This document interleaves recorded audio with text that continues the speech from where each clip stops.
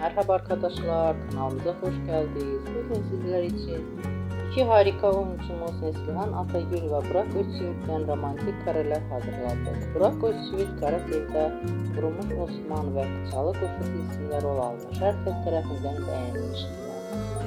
Biz de sizler için onların güzel paylaşımlarını hazırladık. Bu videoların devamlı gelmesini istiyorsanız kanalımıza abone olmayı ve yazmayı unutmayın.